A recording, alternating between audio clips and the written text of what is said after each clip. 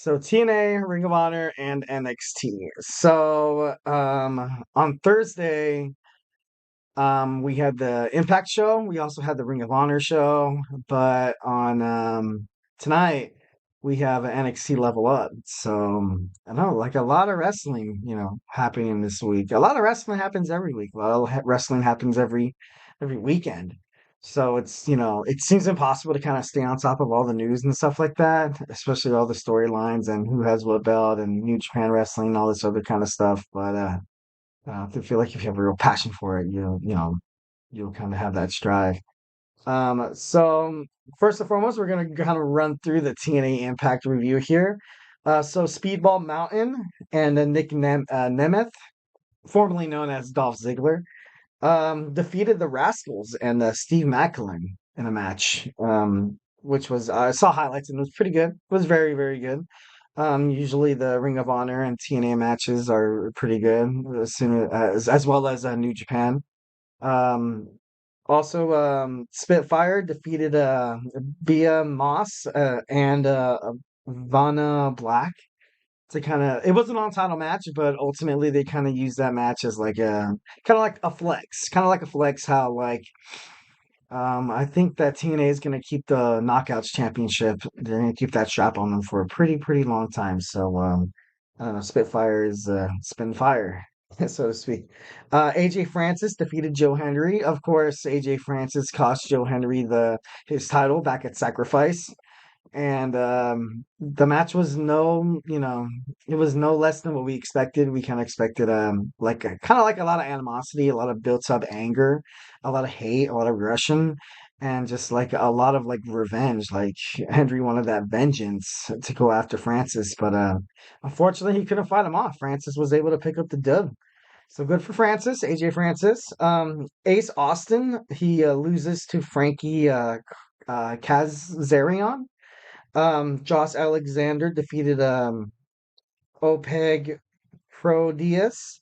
Mustafa Ali defended his X Division championship, and once again, and still X Division champion Mustafa Ali was able to fight off the veteran Chris Sabin. But all in all, it was a pretty good match. The way the kind of match ended was like a classic like how the champion is overmatched and Chris Sabin is probably a lot better than Mustafa Ali, but he used the ropes in the pin, which is like, kind of like a unwritten like rule or like a rule of thumb in wrestling that's kind of what like heels do. This is kind of what cheaters do to, maintain their championship status. So I guess all in all, Ollie did a good job kind of, keeping kayfabe there. So moving on to Ring of Honor. Ring of Honor, Billy Starks defeated Diamante. Um, via submission to the crossface during this women's TV women's TV championship tournament. Sorry, I don't know why that was so hard to expunge on you guys, but I don't know why. Tongue tied here. So Lee Johnson defeated Aaron Solo. Also, we had Kiera Hogan defeating Roban Renegade, Lady Frost, and Layla Hirsch. Athena, formerly known as Ember Moon from the WWE NXT, defeated Aisha, and that match was I saw highlights of the match, and it was just it was just basically a beatdown. It was a beatdown, basically kind of showing the strength of the Ring of Honor Women's Champion Athena. Just kind of stating her claim. I don't know what woman in that division really kind of has a chance against her because she has been so impressive. She has been impressive her whole entire career, to be honest. WWE, if you're listening, you kind of missed out on a pretty good gem there, but you know, but of course that's just my opinion. Um, Top Flight and Action Andretti defeated the Iron Savages. Mercedes Martinez defeated Abaddon. And remember, Mercedes Martinez was my pick to win the whole thing for the women's TV tournament to win that championship. So make sure you pay attention to that. Um, Also, Commander defeated Slim, Jack Cartwheel, AR Fox, in that kind of like a fatal four-way match that seems like it happens a lot on their weekly show, which is kind of cool. I know a lot of it seems like whenever WWE kind of needs like a main event match, they kind of, impose that four-way matchup as a stipulation for like either a title win or for just kind of like a main event on like Raw, SmackDown, or NXT. But I don't know, this is something that, I've been talking about within the last couple podcasts that I think that I know they should kind of, adopt some of the AEW, Ring of Honor, TNA. I don't know, I think that'd be pretty cool. Whatever we have as resources to make us stronger as an organization, why not take them? Why not use it? No one's copying nobody. This is just wrestling at its finest. So moving on, we have Trent Beretta and Orange Cassidy. This is Orange Cassidy's first match since 2019. They defeated Cole Carter and Griff Garrison. Um, I watched highlights of this match as well, and I liked how Orange Cassidy was performing. He was obviously, when you deal with an injury or something kind of backstage or off the ring, it's kind of hard to come back. It's kind of hard to come back because much like in the NFL, much like in the NBA, much like in all the major sports, when you come back from like a horrific injury or just something that's enabling you from performing your natural physical abilities, I don't know, the moment you step back into that environment, it kind of shakes you up a little bit. Like I can imagine, like when I remember watching Paul George when he snapped his ankle in half. I remember watching that video where it was like, "Oh," and I was like, dude, how is that guy able to hop onto a basketball court? But that's what makes them professional athletes, and that's the reason why they should be respected. That they, much like wrestlers and much like professional athletes is, they give it all for the factor of entertainment.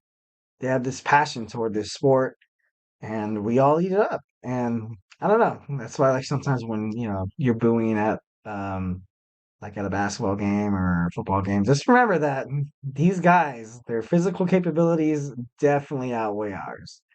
But I'm not saying no one's better than anybody, but I don't know. I'm just, like, I can talk trash all I want, but at the same time, I'm not gonna like talk trash on an athlete where I'm like, man, like I can't do that. So why would I just kind of berate somebody who has these God-given abilities? And obviously they're doing it for my entertainment. So I don't know. Sometimes you gotta beat out ignorance with a little respect and a little humbleness. So next time you go to an event, just show the athletes some respect. I'm not saying you don't, but I don't know. Next, we're going to quickly touch on NXT Level Up, which is going to be broadcasted on Peacock.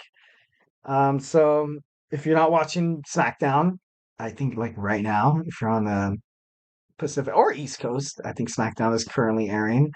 Um, I don't know, just give it a watch. Keep it on like a little side TV or keep it on, if you have like a Peacock account on your phone or a tablet or like a TV off to the side, like play. I don't know. NXT is pretty cool to watch, guys, because you have all these people kind of striving toward one goal is to make the main roster. To make the main roster, kind of the reason why people like watching college football is because college football, you have all these guys trying to make the NFL, thus kind of making it more entertaining to see because you see these guys do like extraordinary things because they want to get noticed by like scouts. In that. So that's how I kind of view NXT, and kind of like a minor league for the WWE. Um, During the NXT Level Up, we will have Rua makes her monumental return against Sinclair. Also, Carly Bright versus Lola Vice and Channing the Stacks Lorenzo is going to fight Gloria Crest Crestafino. Crestafino, like all these wrestlers have these very unique names, and I dig it, of course, but I don't know, it's kind of hard to pronounce sometimes. All right, so don't go anywhere. I hope you enjoyed that first segment. The second segment we have in store for you was a WWE SmackDown live in Memphis, Tennessee. We're just gonna kind of go through the rundown and talk about potential storylines where they would kind of use this SmackDown as more toward like a setup toward Mania. Because you got to remember, there's only like, I think 2 or 3 SmackDowns until Mania, and The Rock and his wrestling movie, not wrestling movie, MMA movie coming out, and so The Rock is going to be gone for a little while. So I feel like I kind of really want to know where they're taking this bloodline, storyline before we head into Mania, because like I, expressed on my last podcast, it's just I don't want it to be rushed at all.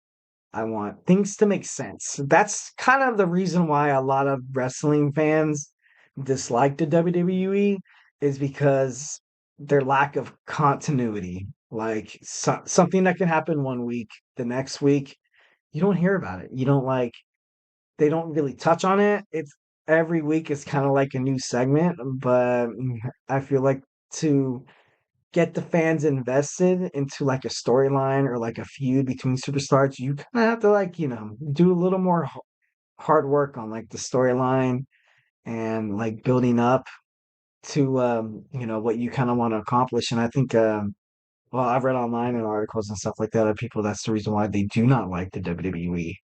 But I think they're getting better. I really honestly think they're getting better. So, in that. So we have a SmackDown preview ahead. So make sure you don't go anywhere.